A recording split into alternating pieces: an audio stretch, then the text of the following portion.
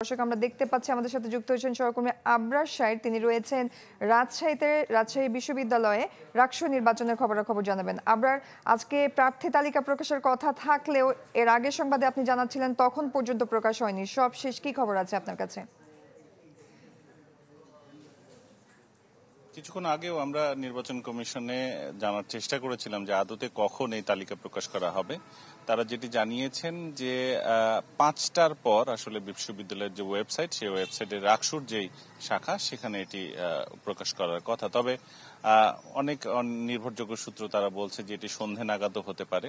তবে কমিশন বলছে তাদের সময় রাত 11:59 পর্যন্ত, এর মধ্যে যে কোনো সময় আসলে তারা এই তালিকা প্রকাশ করতে পারে। এদিকে এখন পর্যন্ত মোট 6টি প্যানেল ঘোষণা করা হয়েছে এখানে, যাদের মধ্যে আজকে একটি প্যানেল ঘোষণা হয়েছে যারা জুলাই আন্দোলনে অংশ নিয়েছিলেন সেই শিক্ষার্থীরা। এই প্যানেলের নাম দিয়েছে আধিপত্য বিরোধী ঐক্য এবং দুপুর 12:30টায় তারা রাকসু ভবনের সামনে এই প্যানেল ঘোষণা দেন। এতে ভিপি পদে দাঁড়িয়েছেন মেহেদী সজীব এবং জিএস পদে সালাউদ্দিন আম্মার।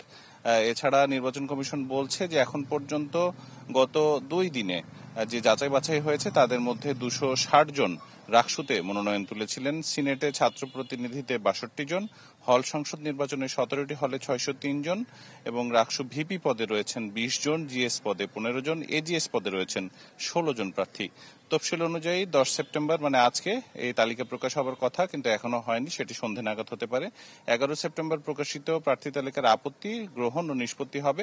13 সেপ্টেম্বর মনোনয়নপত্র প্রত্যাহার এবং 14 সেপ্টেম্বর চূড়ান্ত প্রার্থী তালিকা ঘোষণা করা হবে এবং 14 সেপ্টেম্বর আশা করা হচ্ছে সকালে চূড়ান্ত প্রার্থী তালিকা ঘোষণা করবার পরপরই শিক্ষার্থী বা প্রার্থী যারা আছে তারা আসলে এই প্রচারণায় নামবেন এবং তারপর থেকে শুরু হবে একেবারে 23 তারিখ পর্যন্ত রাত 10টা পর্যন্ত তারা এই প্রচারণাটা চালাবেন এবং 24 তারিখ বাদে 25 তারিখে ভোট গ্রহণ অনুষ্ঠিত হবে সকাল থেকে বিকেল পর্যন্ত।